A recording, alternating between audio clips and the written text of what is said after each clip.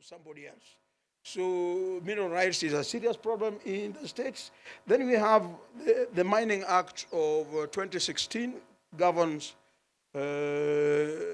mining, and then any miner has to adhere to the various water acts. There are many of them, so I didn't want to list them, and then all the environmental acts. Now, very briefly, the Mining Act was promulgated in 2016. It replaced the Wrought Minerals Act and then the Diamonds Act. And then I'm only zeroing in, I will zero in into artisanal mining, but the Mining Act allows or defines 3 operations: large scale, small scale, and artisanal mining. The former CS asked me to give myself to artisanal mining, and that's what I will do. I will leave all other facets of the Mining Act. Now, what artisanal mining is defined, as I've said in the Act. It says what are small scale and artisanal mining. Very briefly, artisanal mining is very important. It is impactful in the local and national economy. A point of high note is that there is a very high level of women involvement. However, there are major concerns.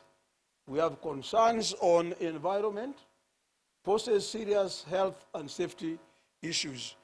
The concerns on health and safety are on collapsing mines. I think only last week, a mine collapsed in Kakamega, and people were trapped there. We have got dangerous and hazardous extraction processes, toxic fumes, use of mercury. It creates a lot of conflict. In fact, Ochila Yako addressed himself to this serious conflicts and disputes. And there is a lot of crime in the mining areas and sexual violence. The UN agencies have addressed themselves to child labor, serious issues with child labor.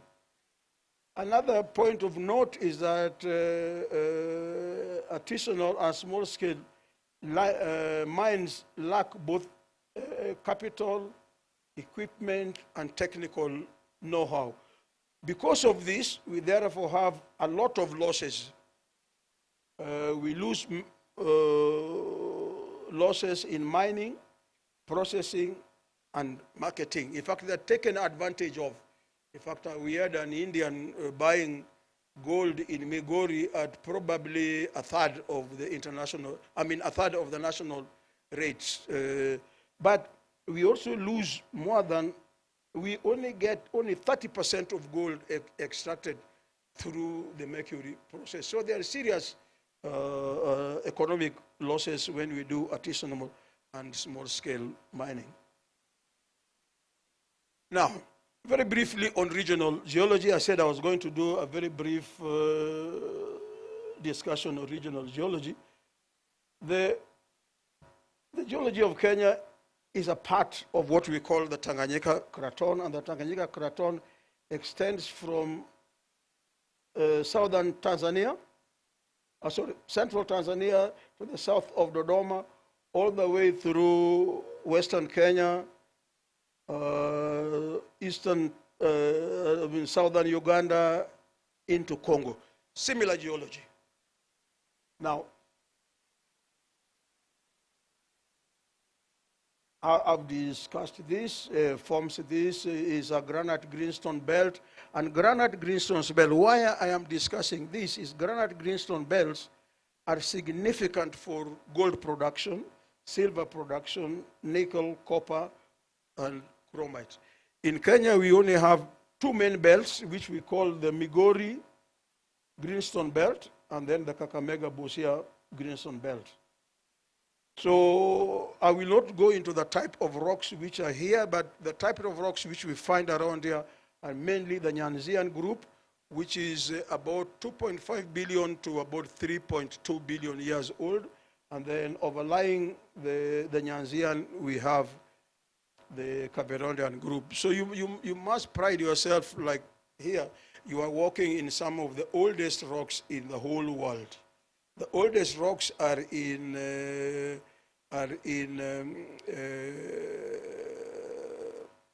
Australia, which are around 3.8 to 4.2 million years. But you look at the rocks around here, where we are now, are roughly about 3.2 million years old. Extremely old rocks. We call them rocks of the NYANZA. I will not go into this. I said we are going to discuss the Migori Greenstone Belt. The Migori Greenstone Belt extends from Kihancha all the way to Makalda, and you know the gold found in Kihancha, and then the Makalda deposit. We look at this in greater detail later.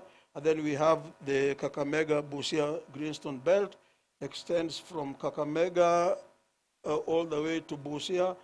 And although they call them the Kakamega Busia Greenstone Belts, it covers also Kisumu, you can see Akala, Asembo, Siaya, and all the way up to Busia.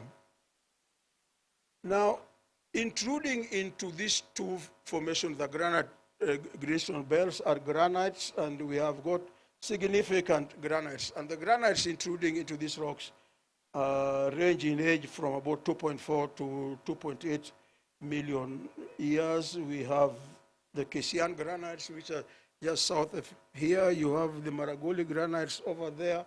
And then we have got the very large Kakamega, Mumias, granites, some of the largest in Kenya. Sembo granites are really large.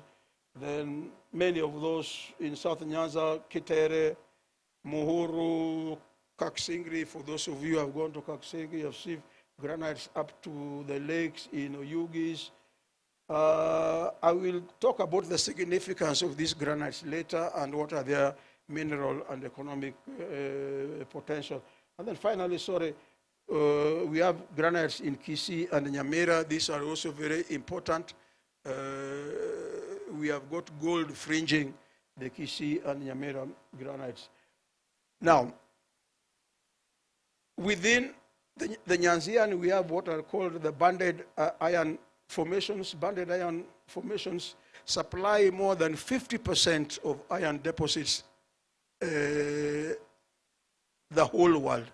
Australia produces more than 70%, maybe 60% of the world gold, and nearly 80% of Australia's gold product, iron formation comes from banded iron formation. So Australia receives roughly about 130 billion US dollars from banded iron formation.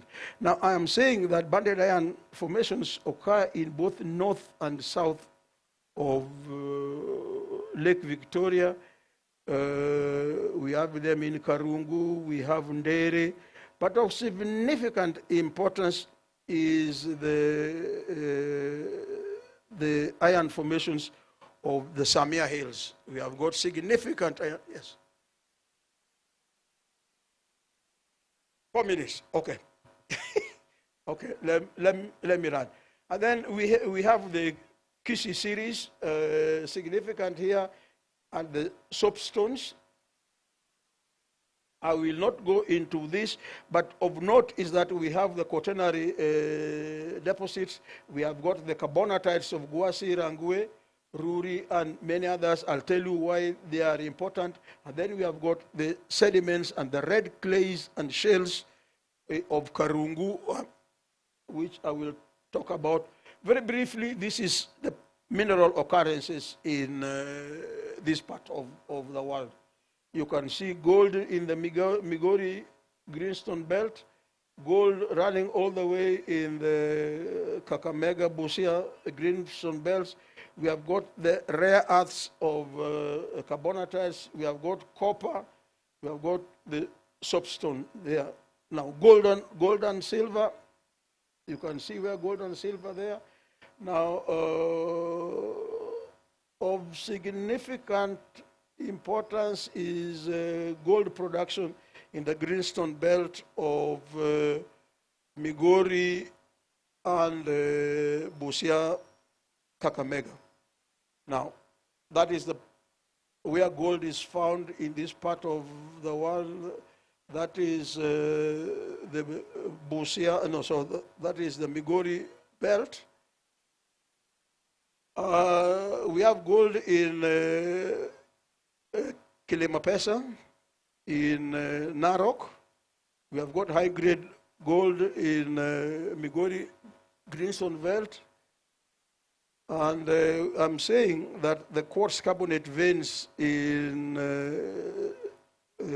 Migori has a lot of gold which are worth looking at. And I've said before that gold is also found in the Kisii granites, the fringing, the soapstones.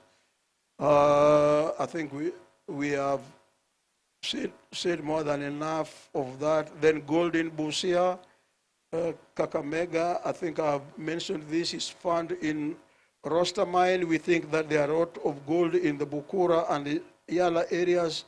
They are worth looking at. We think that there is copper and zinc production in Makalda, which we need to look at. We think we have got zinc deposits, chalcopyrite. I've talked of iron ore, so there's not much to mention there. Diamond. Now, diamond was first discovered in Kenya. You would not believe it, in Kakamega. They were panning for stream sediment. They found granites in Kakamega, but we have a lot of kimberlite pipes in Oyugis, at Pala, and south of Homa Mountains. We have got kimberlites in Yimbo, near Nyamonye, at Usiri, near Bondo, and at Yala. All this needs to be evaluated for diamond. We are not doing so. Rare earths. People only talk of rare earths in Mrima, in Mombasa, but we have got rare earths in Rangwe and Ruri mountains in South Nyanza. This needs to be evaluated, and that is the map. Now, oil and gas. As a chief geologist, I carried oil exploration in this part of the world. We did surveys, and we did identify the area between Ahero and Katito as having potential for oil and gas. That needs to be re-evaluated. Geothermal, the assessment of geothermal potential in Kenya has always been done in the Central Rift. And yet we have the Kakidimu hot springs, Abundo hot springs, and Kokoth hot springs in the Homa Hills area. There is potential there, and I think we need to evaluate this. Now, other minerals, arsenic, the shales of South Nyanza, we could have a lot of, shales and clays, limestones, pyrite, and potassium have indicated what needs to be done, soapstones, and what needs to be done. Soapstones are used for Azagota award range in ceramics, in medicine, paper, toothpaste, food, and agriculture. In Kisii, we only use soapstone for carving, and yet there are a lot of uses of soapstone. We need to explore these other uses. Now, finally, we have geotourism. We have got lovely, lovely areas for geotouristic sites. One time I volunteered to write papers for geotourism of the lake, and I think I should be taking that. In conclusion, Mr. Chairman, we need to reevaluate and revisit our potential areas. And finally, we need to review the operations of SME so that we don't lose in economic terms. Mr. Chairman, thank you very much.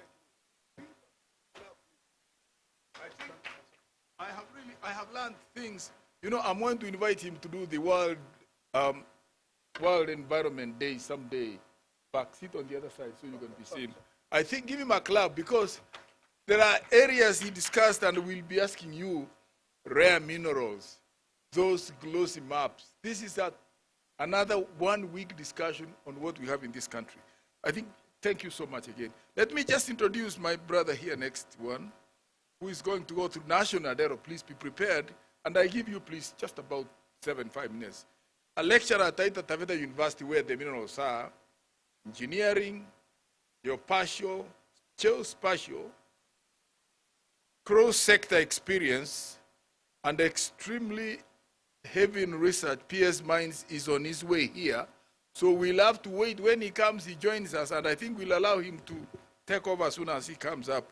Then he's in the academic world, a researcher, a very interesting work specialist in engineering, mining, surveys, GIS, multi-criteria spatial decision, system dynamics to natural resource management, development mining, and the policy decision. A lot of long, very nice, beautiful synopsis of his CV. So really, instead of going much more than that, I would like to ask Nation, please present, and they go through what you have, maybe in about seven minutes.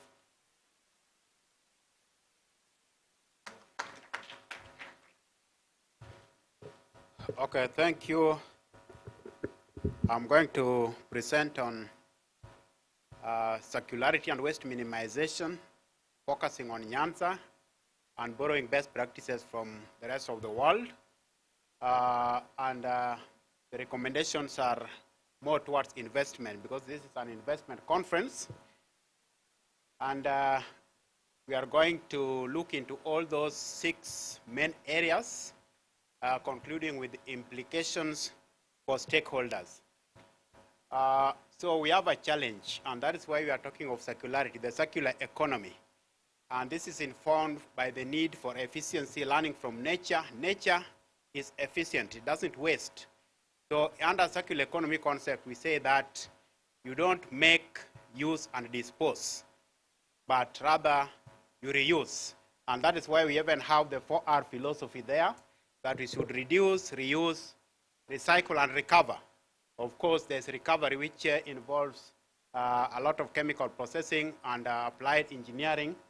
And then those SDGs 12, 13, and 15 will benefit more from circularity. And look at the sectors that are hard to decarbonize according to the latest report by McKinsey Global Institute. And you can see plastics, you can see cement and steel. So in NYANZA, we have this, and even agricultural waste. And look at the recycling of plastics, globally less than 10% being recycled. So we are still far from meeting the optimal target.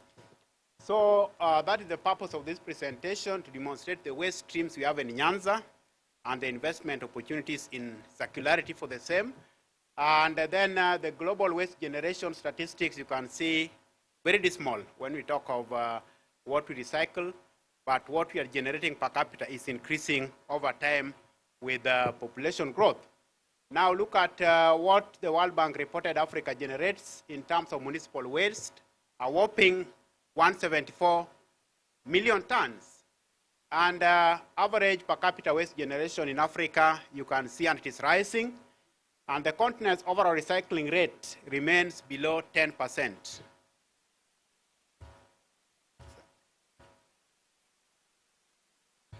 So that still reinforces the fact that we are still underperforming in terms of the circular economy, implementing the circular economy concept.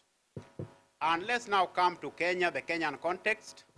You can see we produce more than 8 million tons of solid waste annually, but only between 8 and 10% is being recycled.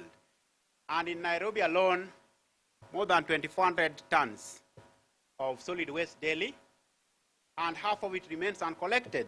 And we have some recent statistics as recent as this year by Mbudia. He published an article on the same. Then waste to energy projects are gaining traction. And we have an example in Mombasa where waste to energy project is generating 15 megawatts of electricity. And that is enough to serve 4 villages. And already a good example we can replicate in NYANZA. And look at NYANZA region overview, the main waste, sugarcane and cereal belt here. So we have agricultural residue, bagasse, and husks. We have plastics also and e-waste. Don't forget Lake Victoria, we have water hyacinth and invasive species. And how can we reuse it? It's waste, and we'll see examples such as a very good innovation by Jaramogi Oginga Odinga University students and Actors Club, which took them all the way to the United States World Cup for science and social entrepreneurship innovation contest. How can we replicate that? And Joost is just here with us in NYANZA. So key waste streams in NYANZA, you can see, I won't go into details, but you can read. Sugarcane residues, cereal husks and crop residues, and water hyacinth. And there's a time that it replicated so much, and more than 100 square kilometers of the lake was covered on the Migori side by the water hyacinth. And controlling it, you know, has been a challenge. We had those days of Lake Victoria Environment Management Program where we were testing biological control, having seen that mechanical control is inadequate at controlling the water hyacinth because it grows exponentially. So plastic waste, look at the statistics we have for Kisumu, only 12% of municipal solid waste. Plastics accounting for about 12% of municipal waste, but the statistics is old. So we also have the data challenge. Are we updating our data? Are we collecting and updating data to inform interventions? E-waste also on the rise, and look at the figure for Kisumu, and Kisumu can learn from South Africa. Look at what South Africa has learned, that e-waste makes up only 3% of the total solid waste. But in terms of toxicity, e-waste accounts for 70% of the toxic waste. So as e-waste increases, we have a disproportionate challenge because only a small share of that is able to contribute to much of the environmental damage. So what are the global and African innovations relevant to NYANZA that NYANZA can copy? We can copy or adapt data-driven waste management using sensors and location-based intelligence, solar-powered composters, e-waste recycling initiatives. Plastic road construction. This has been experimented successfully in India and Nepal using low-quality plastic to mix with bitumen and reduce the demand for asphalt for road pavement. And this road is more durable than the one that is made purely using bitumen and aggregates. And that is something we can learn. In industrial ecology park, we had the Ministry of Trade sometimes came up with cluster development strategies. So can we locate industries in close proximity so that waste from one industry can be raw material in another one, so that we can replicate the industrial ecology concept in Denmark, which is also, I saw it also in the MCA Act. And as I go towards the conclusion, let me just say that we can also have briquette production. That is what Jaramogi Oginga University tested using water hyacinth and e-waste recovery and recycling, and also initiatives that incentivize waste collection, such as depositing plastic waste for a small refund in terms of money. And that is the implementation roadmap. We have the short term, medium term, and long term. And because the chair signaled me that time is almost up, I'll not go through the details, but you will be able to read more of the details from the PowerPoint. And we have a strong business case for investment, as you can see on that slide, and supportive environmental policy. And I conclude by challenging the Ministry of Environment that we engaged researchers in this country to come up with a green public procurement model, and I was part of the consultants, and we came up with a very good public procurement model, complete with over 30 criteria, which are weighted, as you can see in that matrix. I know the professor will be happy to see this, because as a professor, he has to see some models, and he's happy to see that. We can demystify that and come up with green public procurement model, so that government, as the greatest procurer of products, can go green public procurement, and that will help reduce the environmental footprint of environmentally damaging products and services. Thank you. Very much. Give him a clap, please. Really. You know, Mr. PS, we are going through really papers. We have done just 2, And I'm glad the PS is here. He will be talking last so that he can sum up what we have gone through. So, Monkey, let's just stay put, see what you can, and I think you will just grasp from what they're saying. The last person on our panel now, right now, is another colleague of mine. He gave a very nice long synopsis of his CV, Joseph Kinyuka Nyaundi, PhD, Senior Research Officer in Kenya Marine Fisheries and Research Institute, the very one in Mombasa and Kisumu and other areas. He's trained, qualified in aquatic toxicology, aquaculture, obtained MSc, Masinde Muliro, then finally PhD at Kisii University, assessment of a lot of areas, fisheries, training programs, Wageningen University research, he went there, certificates from European Union, quite a number of them. Then most importantly is really that he's now leading in some areas on the Belgian joint project, LEVEMP, which has strengthened our research in Mombasa and Lake Victoria environmental management projects. So really, I think, Joseph, you can add much more on that, but I give you another 7 minutes. Just summarize what you do, because we have to leave by 10:30. You saw somebody come and whisper to me, 10:30, we got to leave. Otherwise, colleagues, stay put. This is really a teaser of thought in environment. You must now go back and tease more from these colleagues. So, Joseph, the podium is yours, please. Come in.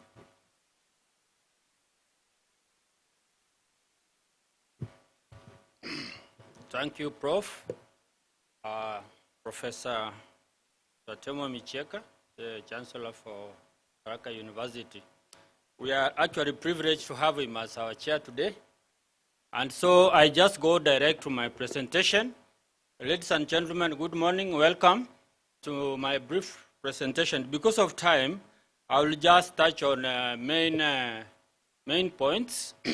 We may not need to read every slide, but just to move from one point to another.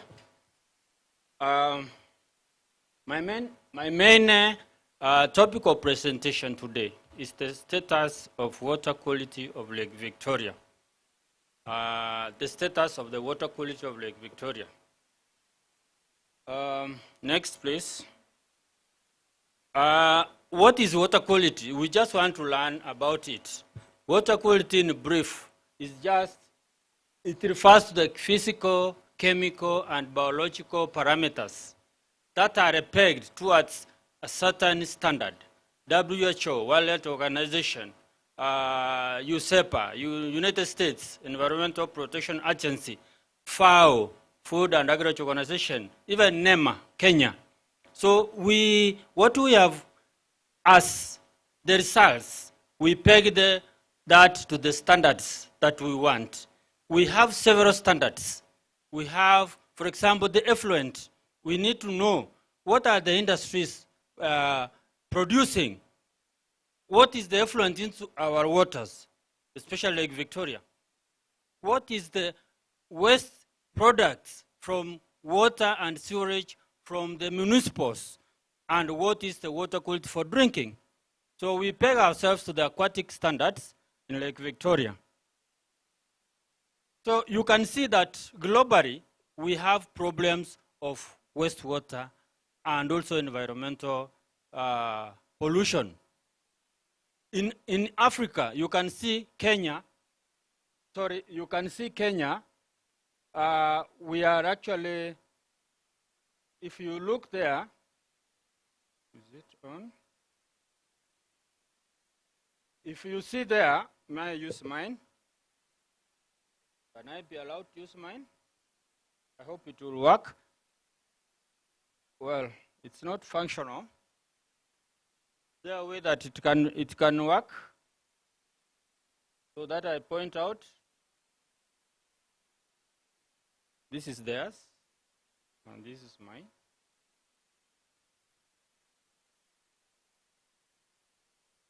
It will be good if it will produce the red color.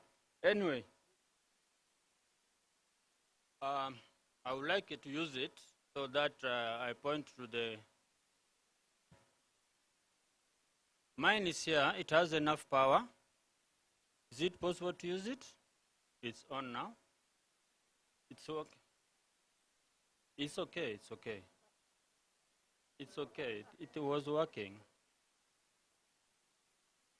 No, that's mine. Oh, yeah. Okay, let's continue. Sorry. You just see in the African map, you can see that we are also scattered. Next, please. These are contaminants from different elements, for example, arsenic, mercury, lead, and we are not left out. This is global, and if you want to look at it, there is a reference. Next slide, please. So these are regional and national contamination levels, whereby we also fall as Kenya.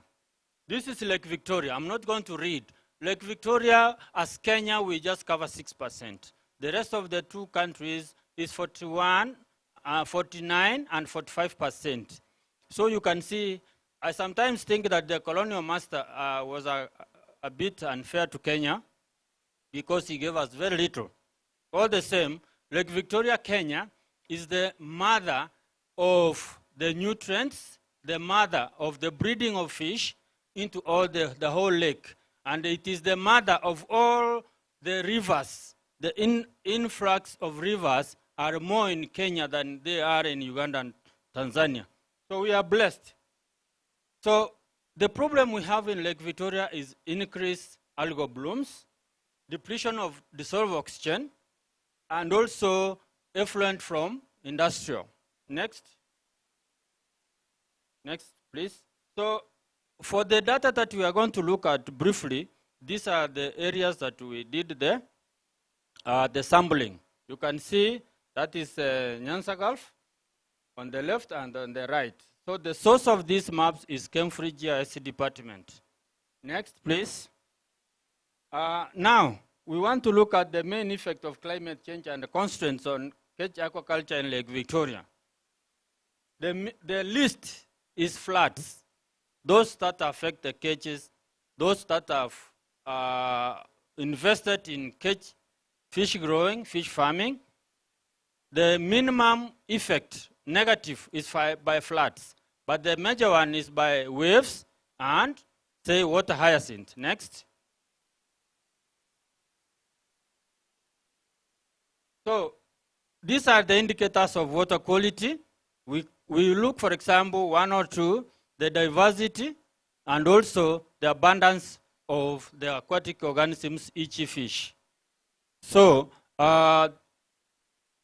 if you look at, for example, macroinvertebrates, these are those that grow at the benthic level in the ocean and the lakes. In Lake Victoria, we have to characterize the environment by using physicochemical, water quality, and nutrient concentrations. Next. So what are we discussing today? We are just discussing briefly the physicochemical characteristics and biological variables. Then we compare the data from the literature and our data that we have collected as Kenya Marine, which is locally, and also compare with the other regional data from the literature that we have, especially for the last 30 or 40 years. Next. So these are the indicators of water quality.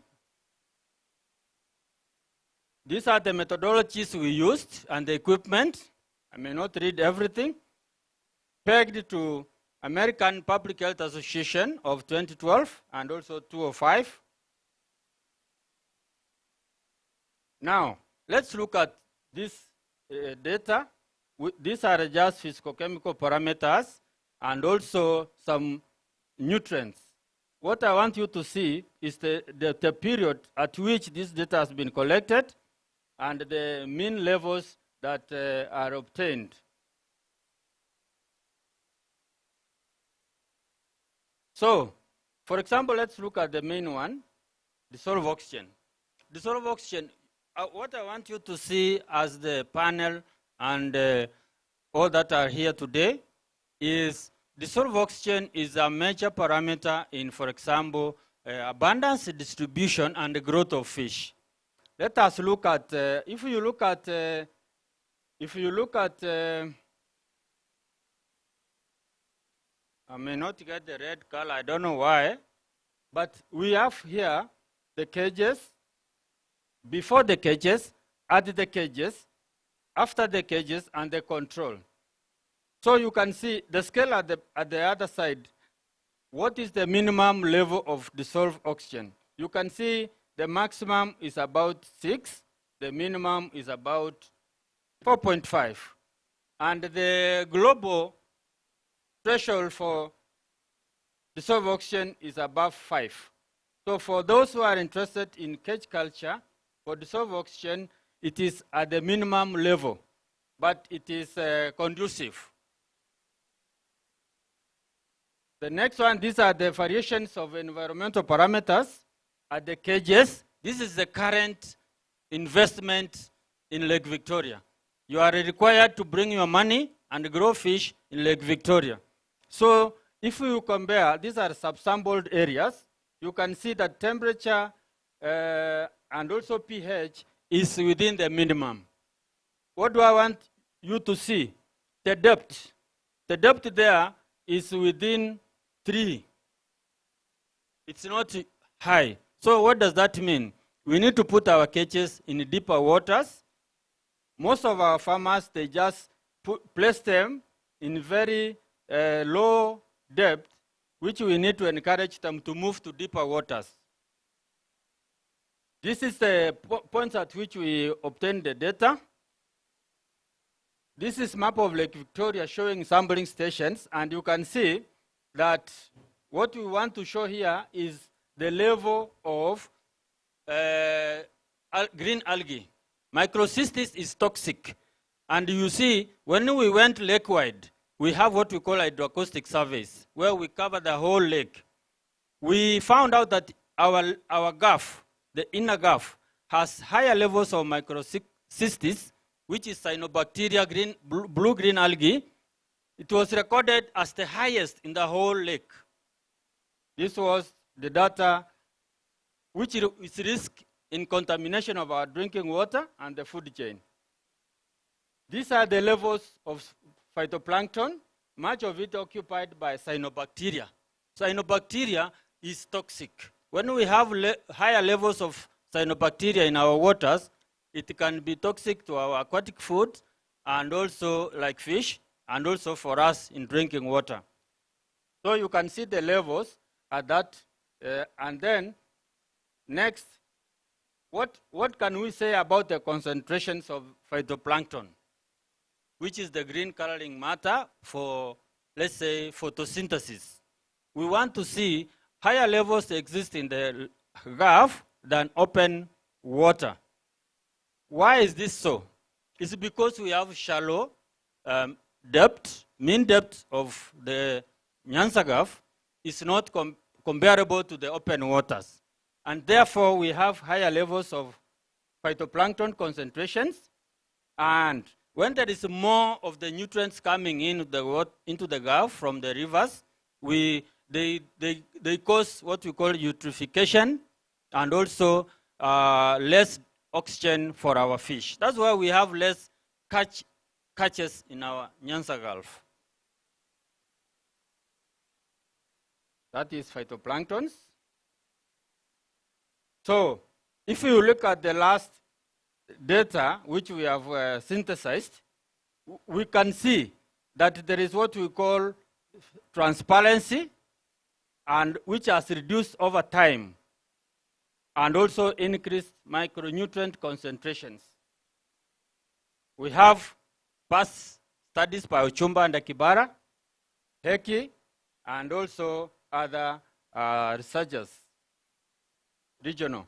So if you look at the graph, you can see that transparency has reduced over time, the black dots, and also the transparency has also reduced from 2.5 to about 1.2 over the years.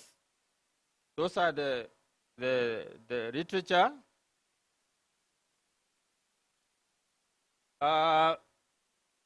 We want to talk of turbidity, which is actually transparency.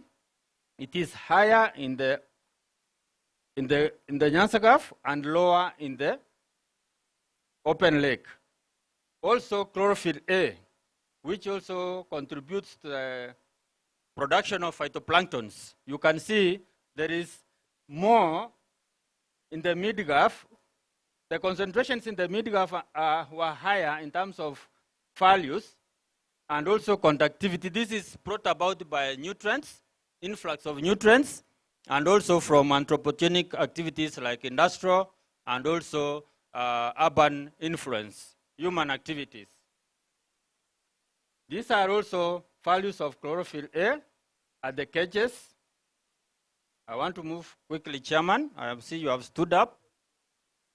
I have a minute. Okay. This is also the soluble reactive phosphates, which are very important in also the growth of primary productivity. You can see here what are the values WHO. The acceptable standards are around 40 milligrams per liter. But what do we have in our Lake Victoria, especially our Kenyan waters? You can read for yourself the graphs there. You see that we are slightly higher, and that's the status. From 40 milligrams per liter, WHO and FAO standards. This is also ammonium, which can be toxic. Higher levels of it can also affect the fish, affect our drinking water. You can see the WHO standards, 1.5 milligrams per liter in natural waters. But what do we have? Almost 300. Minimum is about less than 50. So we need to do something about our Lake Victoria Kenyan waters. How do we move forward? How do we reduce these pollutants? These are also nitrates and silicates. You can see down here, it is about 50 milligrams per liter. While global standards in aquatic water, fresh water, you can see what we have from 50 milligrams per liter. This is fairly tolerable. So we are not going to say that all our waters is bad. These are the results. You can see the nitrates and silicates are lower than the global standard, which means they are acceptable standards. Now, when we look at total nitrogen and phosphorus, now look at the values for those who are doing cage culture. The standards, global standards is 40 to 50 milligrams per liter in natural waters. We have, you can see the scale on the left, and also those box levels. How are we performing? We have pesticides in our waters. I think, why don't you mention them? Yes. It's a typical presentation in a big lecture hall in a 2-hour thing. Why don't you just present the last slide way forward? Pesticides. Okay. mentioned. Okay. Now we have shown that we have pesticides in our water. You can see the values. These are the mean values of global standards of what we have been talking about. They are comparable. You can read the slides. Fish distribution. How is the fish distribution in the open water and the inner Gulf? You can see in the open water, we have more individuals of fish than in the inner Gulf. We have, by weight, we also have more Western Bay, the open lake, than in the inner Gulf. These are my conclusions. So why do we have these disparities in our water quality of our lake, especially Lake Victoria, Kenya? It is because of the environmental pressure, and these are apparent in the sense that there is an effect in our water qualities due to our natural causes, anthropogenic activities, and the management problems. So let's look at the counties, our riparian counties that harbor, hinder this growth of fish because of what we produce and empty into our lake. It is not only the riparian counties, even upstream. So we have to improve management options which are favorable for the blue economy. And we know the blue space is for economic activities. So rapid human population also has caused, and its development or activities have also resulted in polluting our lake. So what are my recommendations? One of the recommendations I can pick from here is that there is a need to assess implications of multi-sectoral practices. We cannot just say Kenya Marine alone will do this. No, we want to do it multi-sectoral. That's why we have the multi-agency technical committee and also all the riparian counties and the government, national and county governments. We have all of us to think on how we look forward.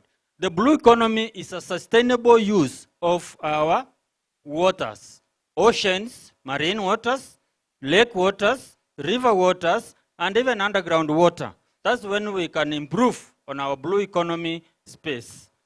So the last one is, I want to say here that it is therefore worthwhile for regional policy makers to make it mandatory to ban importation, use of these persistent organic and inorganic pollutants, e.g. heavy metals from fertilizers and pesticides from use of farming methods for improving farming methods and also food quality. Thank you. You know, I don't think, yeah, thank you very, give him a clap, please, really. Thank you, thank you, thank you. These are typical presentations in a publication, which I think you might have to do when we have another bigger meeting of paper presentations. Nice work, detailed. I think the last two slides for what we should do, where Kenya is, pollution on water, and the other graphs perhaps needed. Joseph, this team, you may not have been given a very clear write-up, but thank you so much indeed. Really, without too much a discussion, may you allow me to ask our PS, Mwangi, to really come, sum up. He came from a trip, South Africa, and he's just arrived. A lot of respect for us that he came here. And sir, really, give us the views, then we'll come to you. Otherwise, P.M. Makobi just arrived.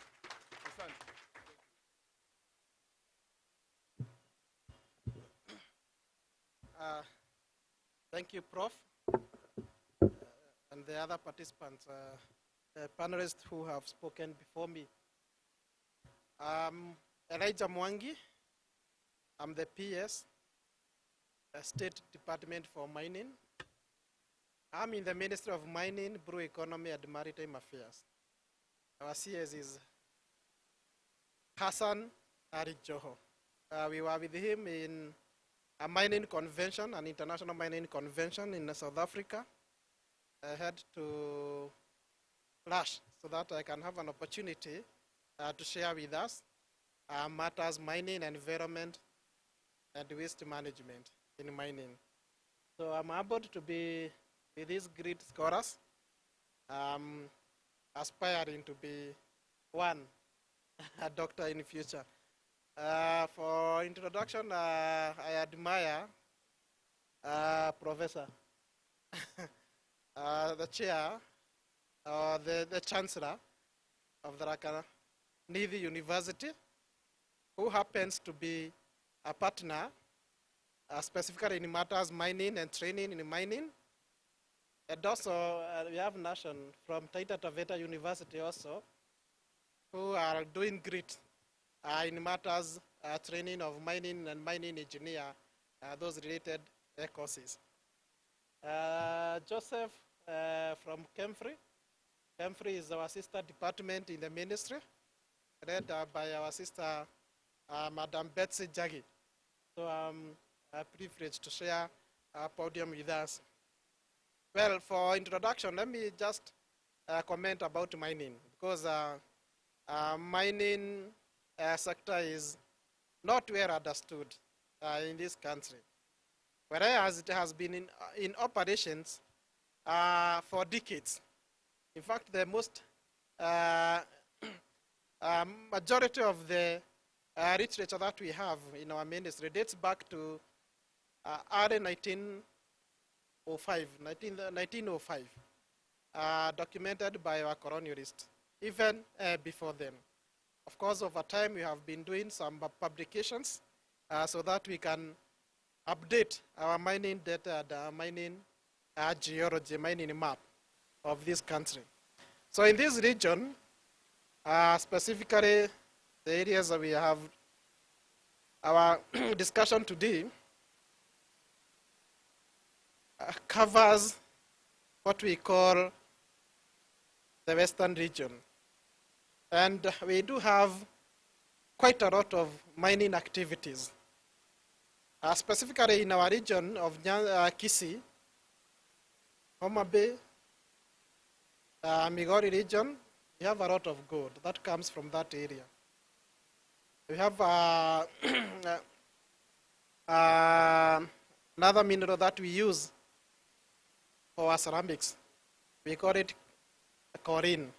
And of course, we have the general quarrying.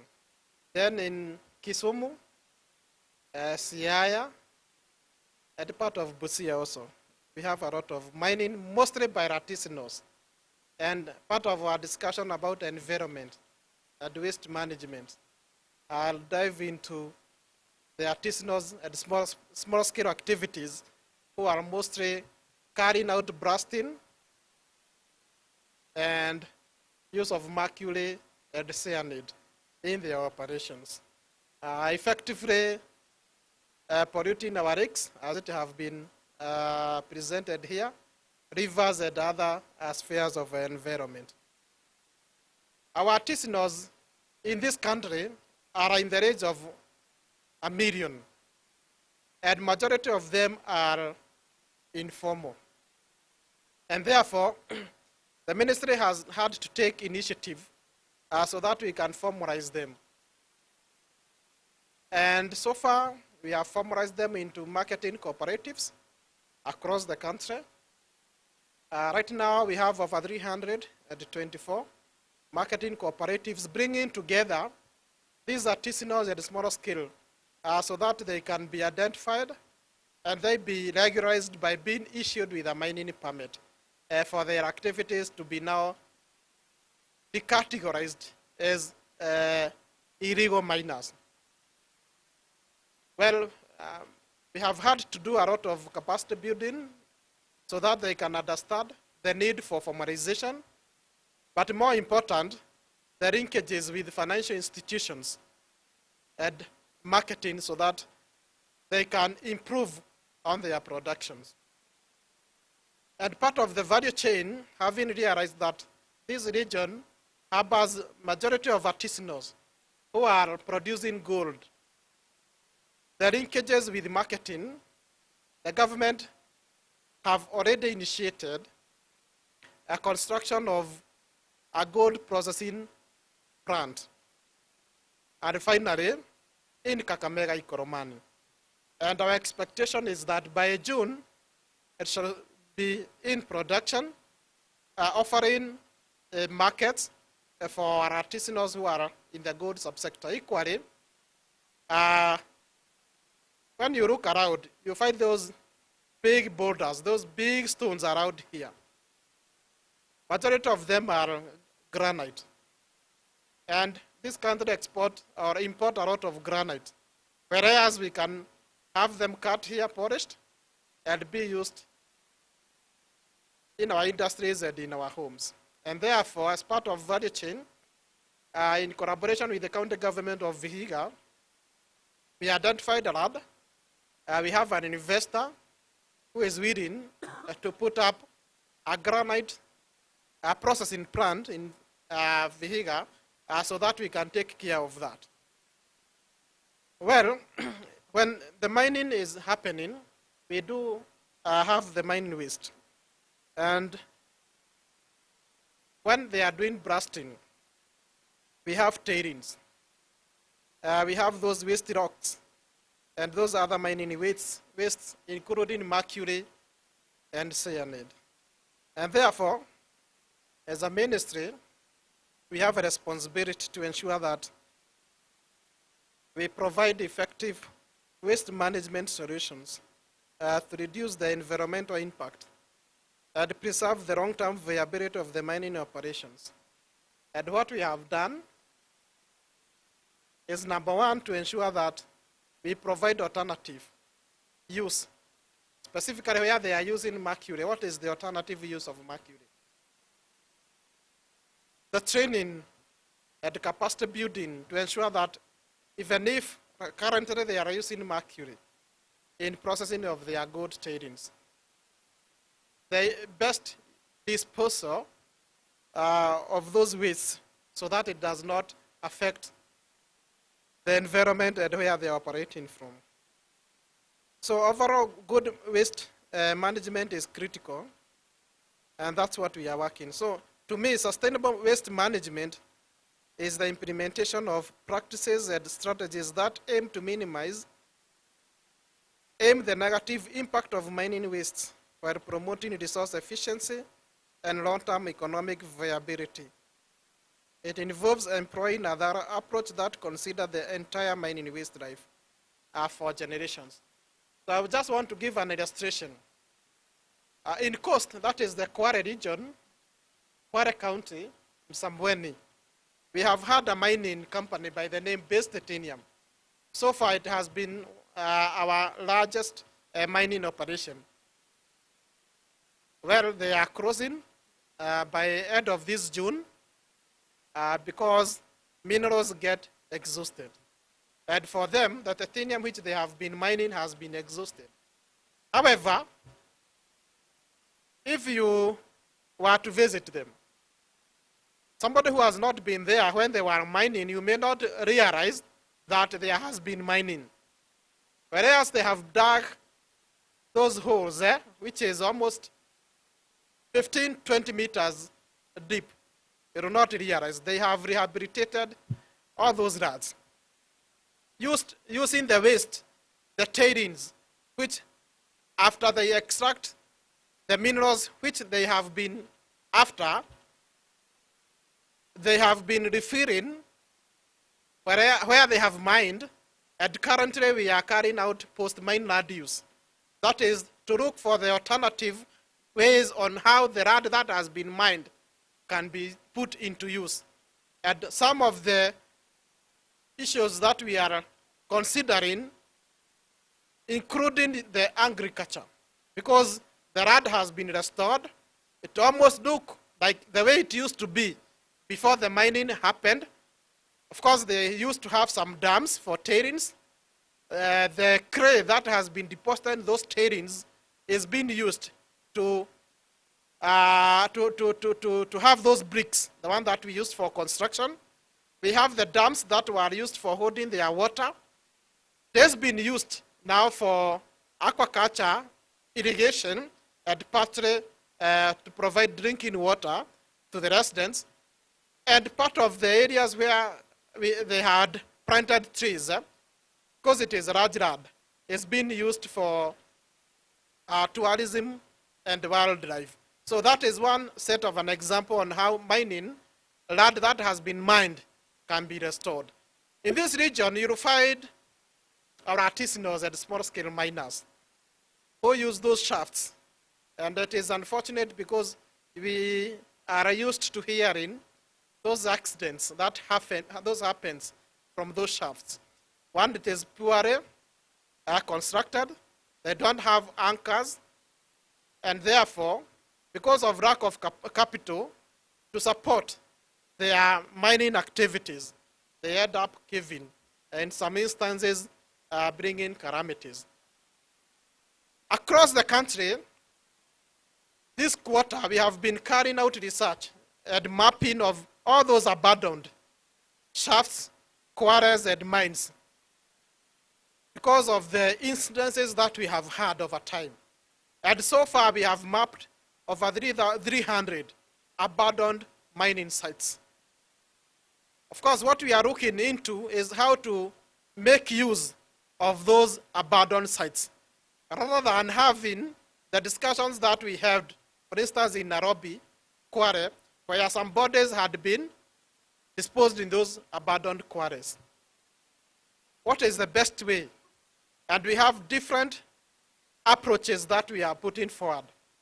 One is the aquaculture. You will find large dams that have been abandoned, arising from the minings that were done when roads were being constructed, railways are being constructed, and in some cases, as a result of quarries and mining. And there are water that are running, others are stagnated. So we are looking forward to bringing in the aquaculture in it. And of course, we have those which can be refilled, and we bring in the aspects of agriculture on them, because the others that we need to refill and make use of for playing ground. For instance, if you go to coast again, you'll find those cement making companies. They use large tracts of land to extract limestones. And we have a case for National Cement. They have hundreds of acres which they have extracted. So it has been constructed. Currently, they are considering transforming that mining sand into a stadium. And that's some of the ways how we can rehabilitate those sites, including when you go again to Kwara, you find Baburi. They have their nature walk, which is a rehabilitation of mining sites. Well, as we consider those rehabilitations, we are so much aware about our artisanals and small-scale miners in this region. And the government, we have a responsibility to protect them and to promote them and to ensure that economically they are able to up their living standards, apart from what they have been earning from the little that they generate. Majority of them use the crude means to mine. The discussion that we are looking forward is to see to it that we are able to support them. Linkages with financial so that they can increase on their production, and out of that, they will be able to have their income and their livelihood transformed. In essence, from our standing, the 1 million artisanals that are cut across the entire country. In this region, we produce around 70 kilograms of gold. And the majority of it is not accounted for because of lack of that formalization. Where does it go? We have so many buying or buyers who most of them, sorry to say, they don't give value for what they acquire. For instance, those who buy gold, I represent my 50 grams of gold. And since I don't have the knowledge of the quality, I don't have the testing tools so that I can test and prove to them. So I'll take to them, they'll take their samples, test, and they just declare this is the quality of your gold. For instance, if 100% gold goes for 10,000, 1 gram, and I've presented my 1 gram, 10 gram, they test, and they declare my gold is 60%. So what is my recourse? I have none. They just compute based on the market which they are offering, and that's give me cash. And for that, what we have done across this region, we have brought those testing equipments. Here in Kisumu, we have brought a laboratory so that apart from testing of samples, you can pass by, have the government officers test your commodity before you taking it to the market. But that is not complete.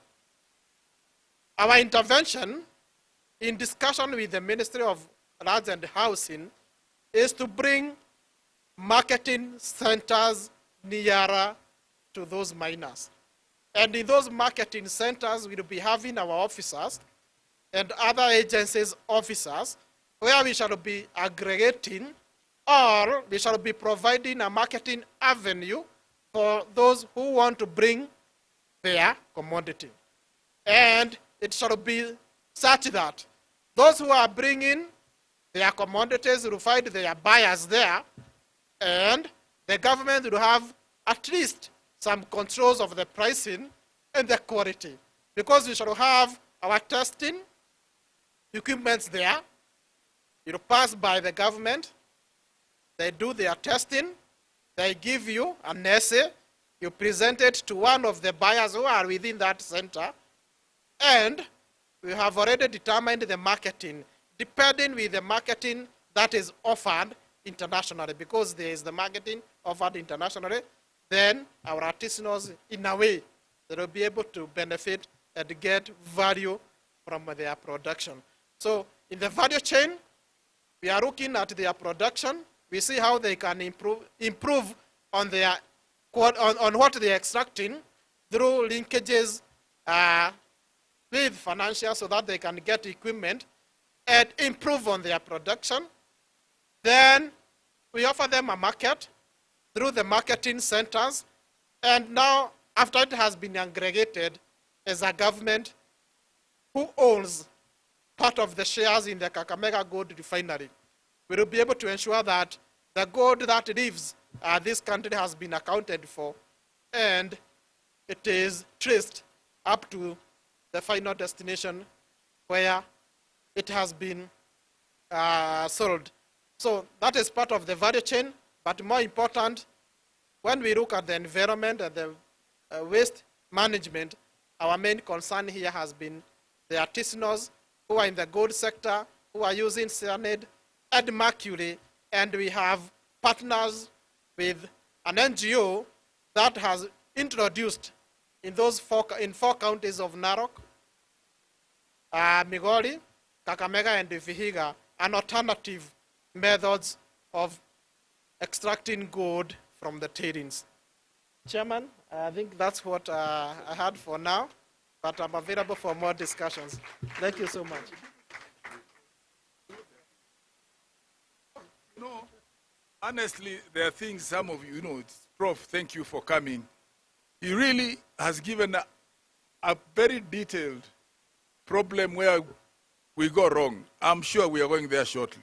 The ministers come and is going to close. But I was thinking in my head, we've been here, this gentleman wanted to have questions and answers, and the PS really has summarized issues of this country, polluter pays principles, and I am going to do a book on titanium because I'm the one who allowed it to now register when I was in NEMA, but I gave all those conditionalities that the PS actually said. I told them, you must bring Kwale, where you have taken titanium, to its original form of what it was. It is under the law, and it is under the polluter pays principle, and I'm going to do a book, a 100-page book, one day, to explain the history, their development, and how they got into actually doing it, the best practices. You brought it up, I didn't know you really need, I'm the one who gave this license.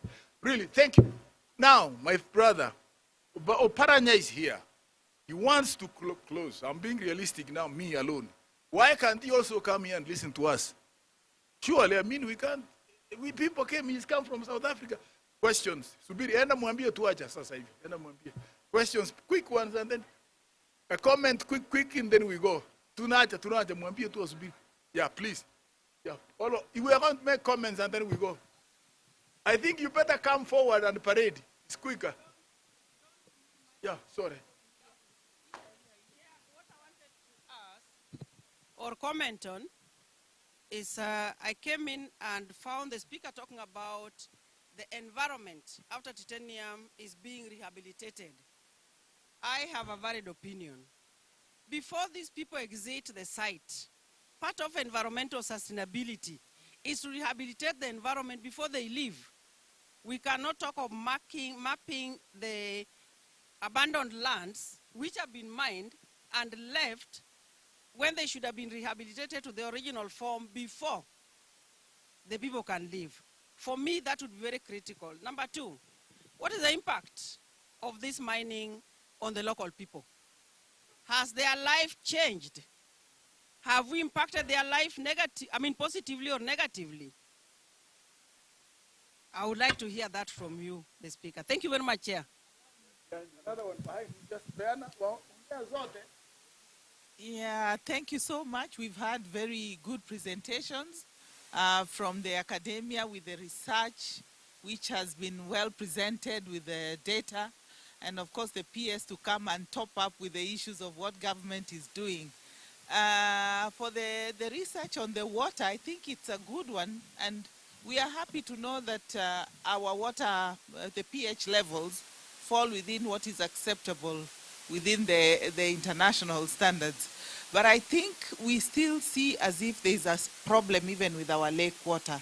We don't have fresh water even running in our taps.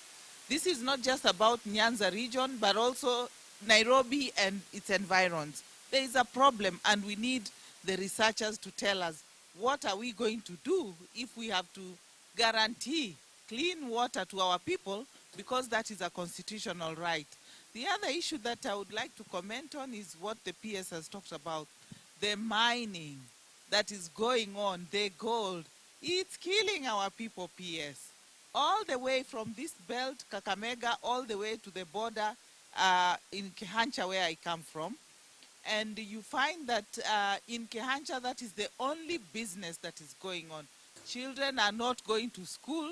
They are mining a whole month to get a gram of gold. Surely, and I don't think they know anything about what the government is doing. You have told us you are working with an NGO that is trying to help people at local level. But I think information is power. These people who are dotted across the country, trying to make a living, trying to go about their lives, but they are so endangered, they don't know all these international principles of polluter pays and what have you. They put themselves at great risk. Just out here, as you go back, PS, as you go to the airport, you'll see somebody's crashing those stones. Somewhere here. How can that person be enabled? The bank is here. They can help them get financing, and we can get that marble cheaper. All of us can be having beautiful houses full of marble from our kitchens to our bathrooms, because these people will have been enabled. We have more, but can we stop? I think one more, and then we leave. There are two gentlemen. If you make short ones, analyst, you can finish short, and then. Thank you, Prof. Yeah, thank you, Prof. the PS ones actually. Thank you, thank you. I will make it short. Yeah. I'm a teacher. Thank you. Thank you. One, I want to recommend Brother Yafred. And Ambassador, where are you? And Professor, tumekuwa na wewe kwa hii kazi. As a young person, you see before you pray PS, is from the slums of this beautiful county called Obunga. I'm a teacher by profession. I teach at a school called Kudo Secondary School in Obunga. I'm a coach, and there's an initiative that I started, Make Obunga Clean. This initiative is targeting the young people in the club. Every Saturday, I have instructed my 15 to 19 years age that before you start training, come with at least 20 plastic materials. I always do this, and then now I'm planning to have what we call Uji Plastic Make Obunga Clean. My only request was, how can this ministry partner with this my small bottom-up initiative to make Obunga Clean be successful? Consult them. Last one now, madam, then stand. You should have stood up. Thank you. Mine is directed to the PS. I want to ask about mine rehabilitation. Of course, I give a shout out to Dr. Nico Kello, the mine rehabilitation closure lead at Base Titanium. Madam here asked about mine rehabilitation of industrial mining. Mine is to address artisanal mining. Of course, you see what's happening in Migori. They are doing environmental degradation. What is the role of the Ministry of Mining, especially to your department, in rehabilitating the artisanal mining, the small-scale mining, back at home? You see what's happening in Mukuru Kwanjenga. It's now a Rivayala, where bodies are being dumped. It was once an artisanal small-scale mining, but now you see it's a totally degraded environment. Yes. What is your role in rehabilitating such Last, mine madam, sites? yeah, really. I think he said it. Thank you so 300 much. of them. Thanks for that informative discussion. Just back to the PS, It's very exciting to note that capacity building is a key strategy in your ministry. I want to confirm, and my name is Dr. Silpo Wich from Equity Bank. Through the support of Kenya National Chamber of Commerce, I can't see the director here. I think we had a seminar in Nairobi at some point where we were bringing in youth and doing capacity building. And I think from here, what I'll follow in your office is how to make sure that the 300,000 circles, and target the 1 million in terms of capacity building, because capacity building is important for them to support them, change their lives and also support the environment. So we'll be looking forward to continue partnering. I think our very first initiative we did with Kenya National Chamber of Commerce was last month? Or, November. Thanks. I think that. Well, thank you for that. It means we were paying attention, and the discussion at least got home. Well, we have a mining act. That is a mining act which was enacted in the year 2016. And in that mining act, it provides the responsibility of those holders of the mineral rights from the time they are being granted the mineral rights to the time that they exit. That is their rehabilitation. However, before then, the act that was repealed didn't have mechanism of follow-ups on enforcing the environmental and rehabilitation aspects. And therefore, that's why you find so many abandoned mining sites and quarries across the country. And having realized that, as a government, we have a responsibility towards ensuring that we rehabilitate those abandoned mining sites. Specifically, the one that were done a long time ago by those who are doing the roads, railways, and the likes, who left those sites. And therefore, we have a discussion. Right now, it is in cabinet level to ensure that we tackle this element of rehabilitation as a whole of government approach. We deal with those abandoned mining sites and quarries once and for all. And I gave the initiative that we are going to consider how to rehabilitate those quarries. However, right now, the government is issuing mineral rights. That is the mining licenses and the mining permits.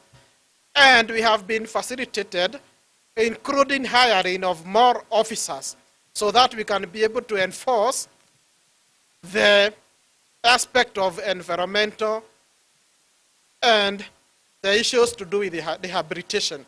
So going forward, those holders of mining license right now, from the one that were issued in the year 2016, they shall not leave those abandoned sites. And that's why we are giving an example of quarry, the base titanium, because out of that contract, the one that they are given, there was aspect of rehabilitation.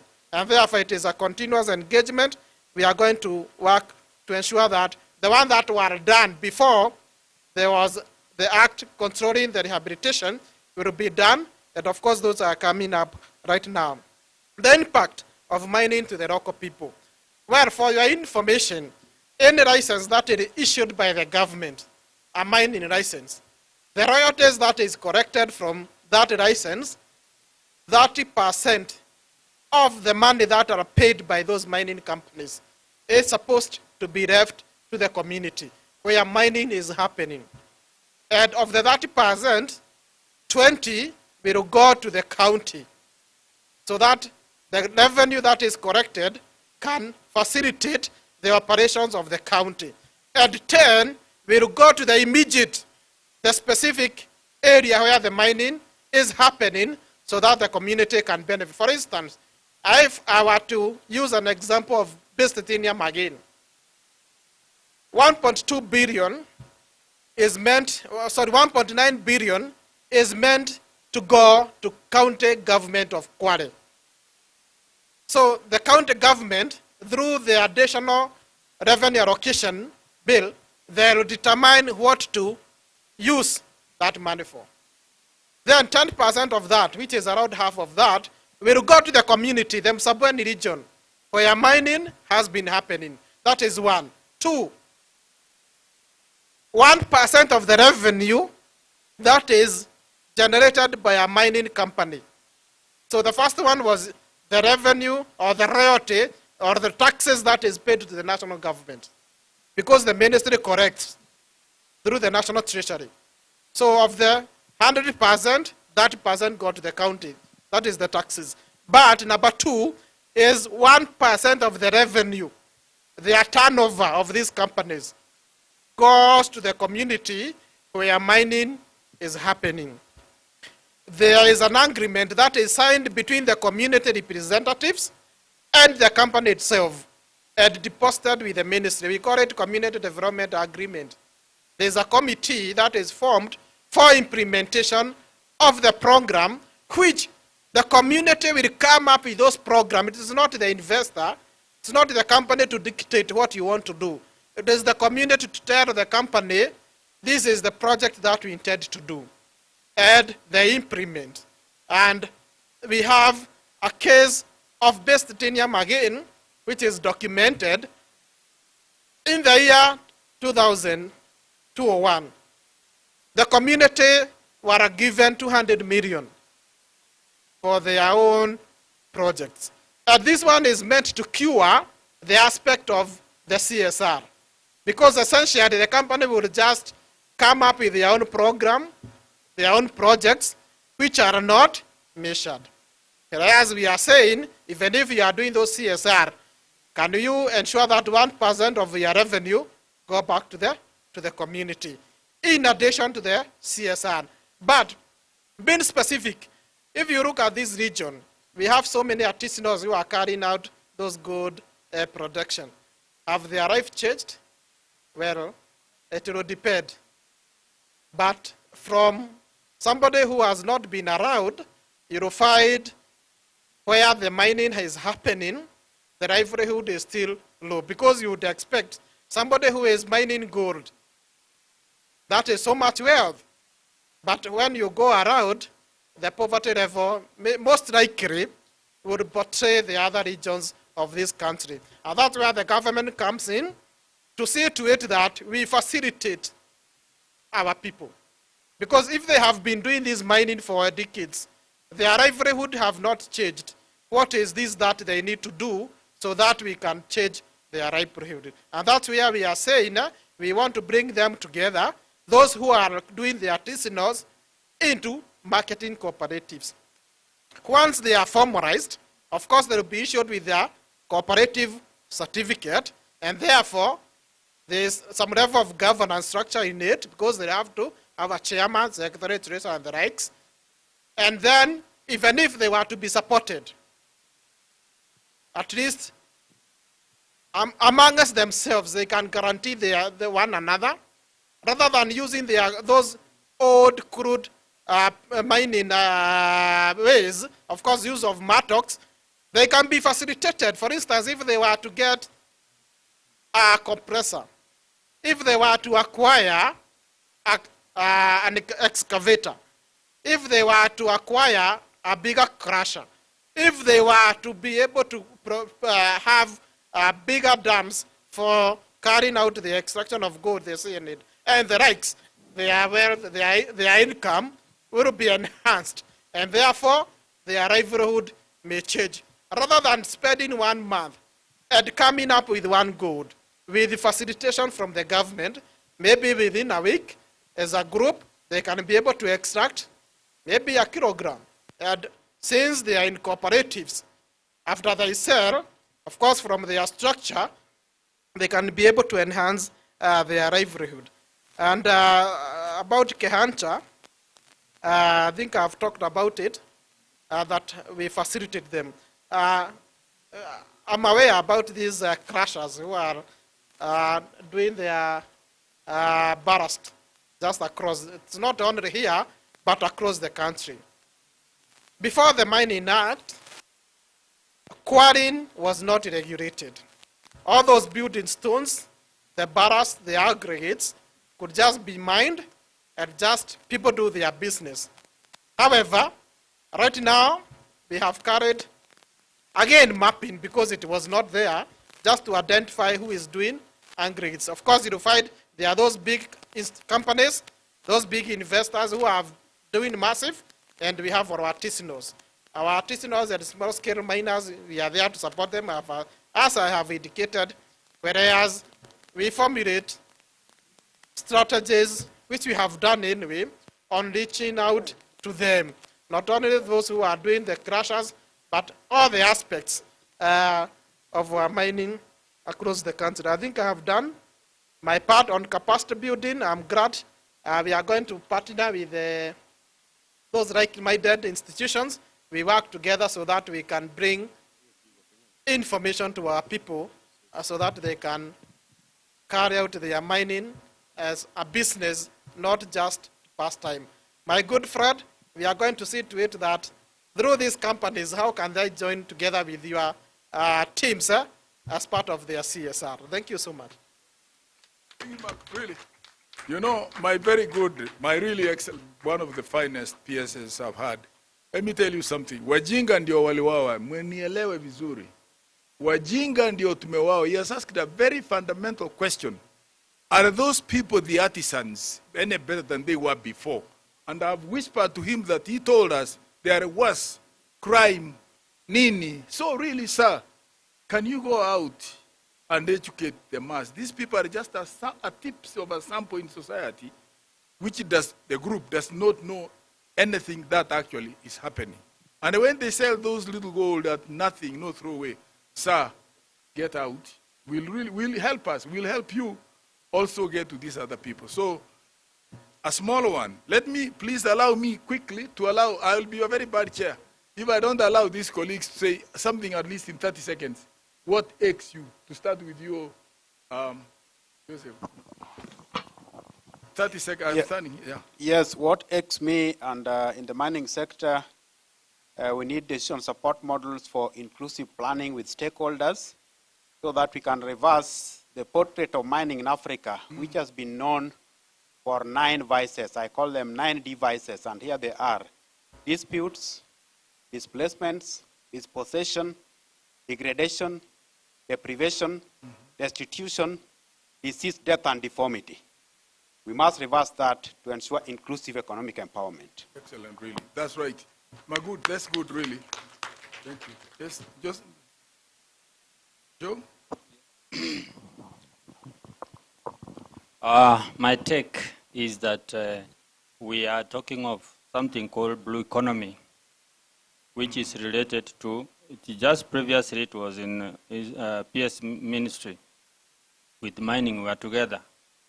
Blue economy, you know, let us not overlook blue economy space.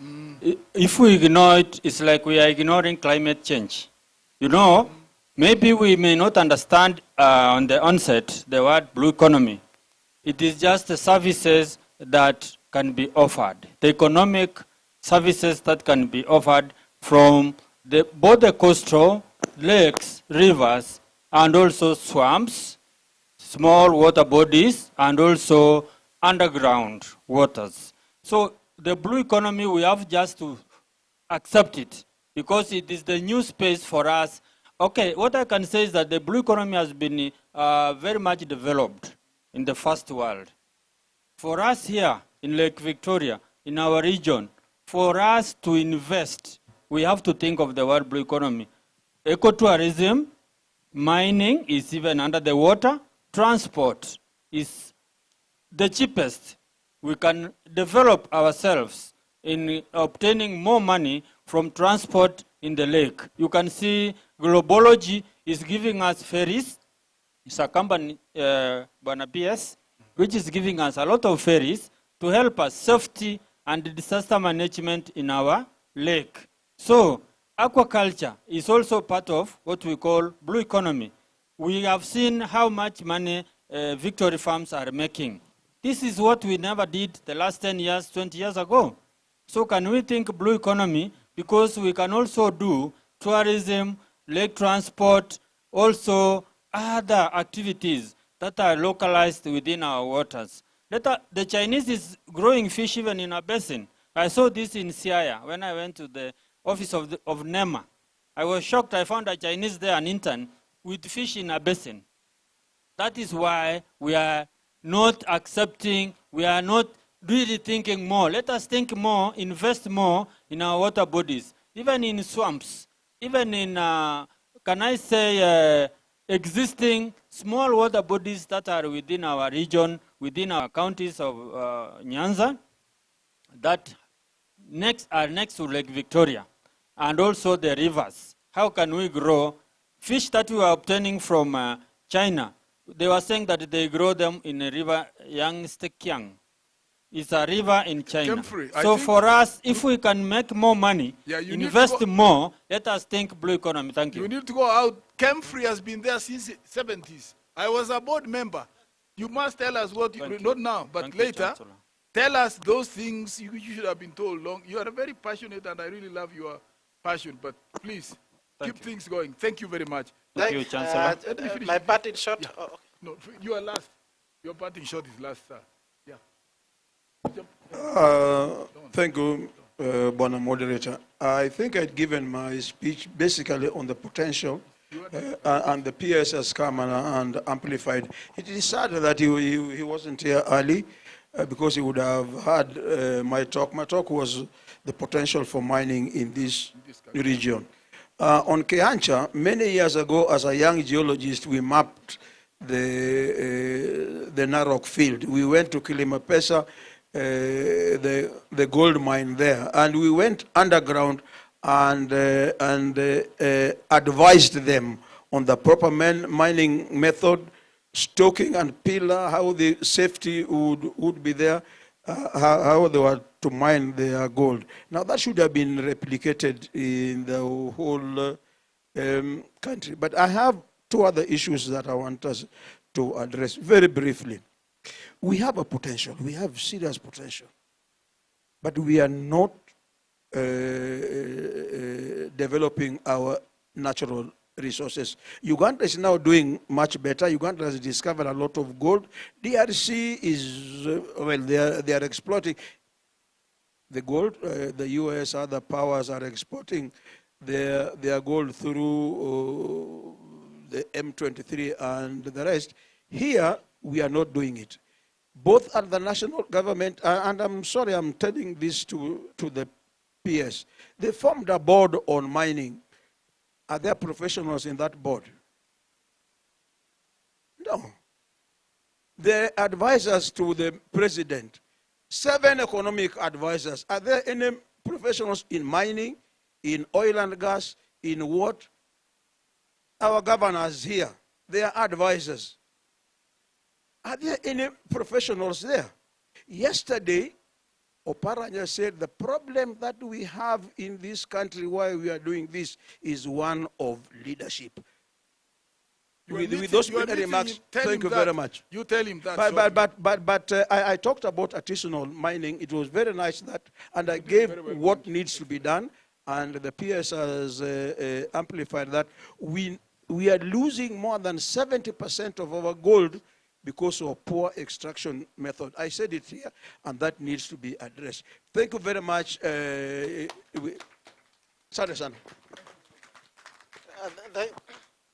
you so much.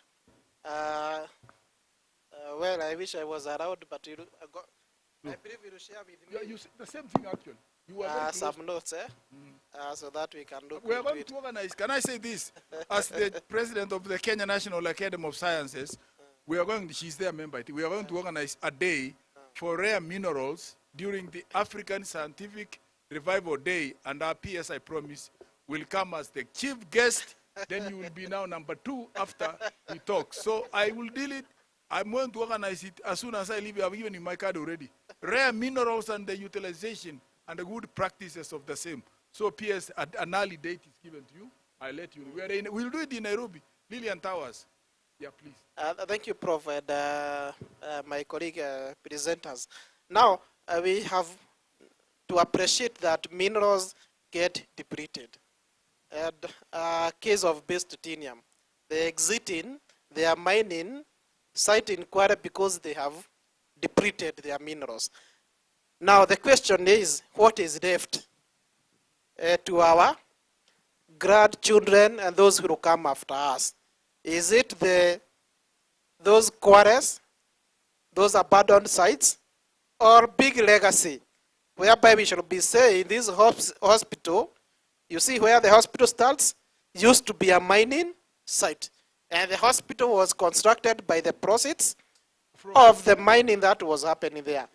So that's what we are looking into, so that we can leave legacy for our children if the mining has been exhausted.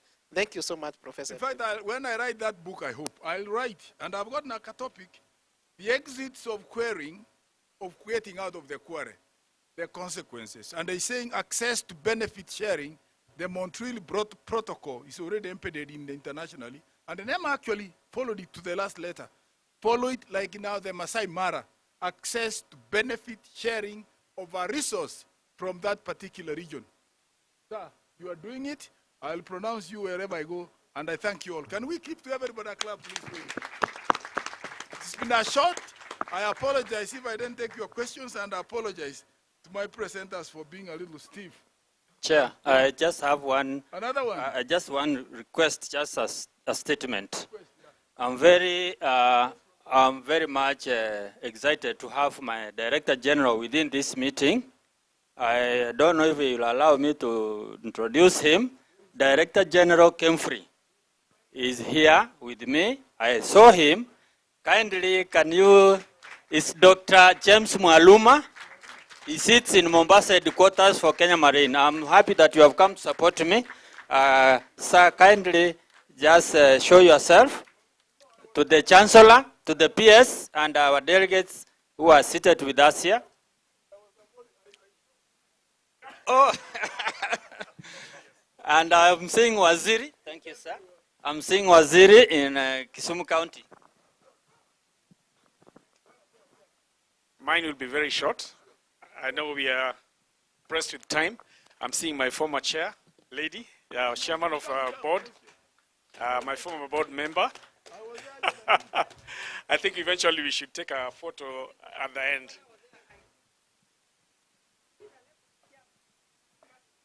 Yes, asanteni sana. Mine was just to say hi. Asante.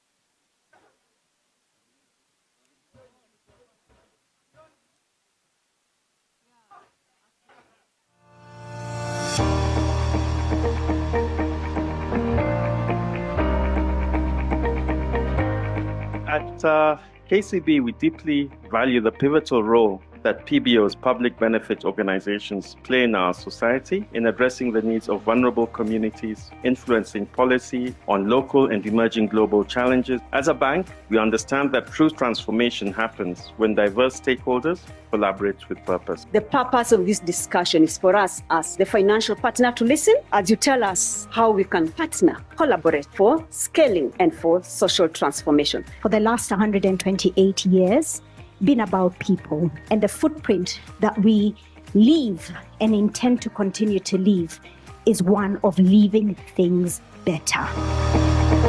How do we create the right partnerships? How do we address a lot of these social impact aspirations that we have that are often constrained by not having the right partnerships, the right smart solutions? So those are the questions I had to leave with you.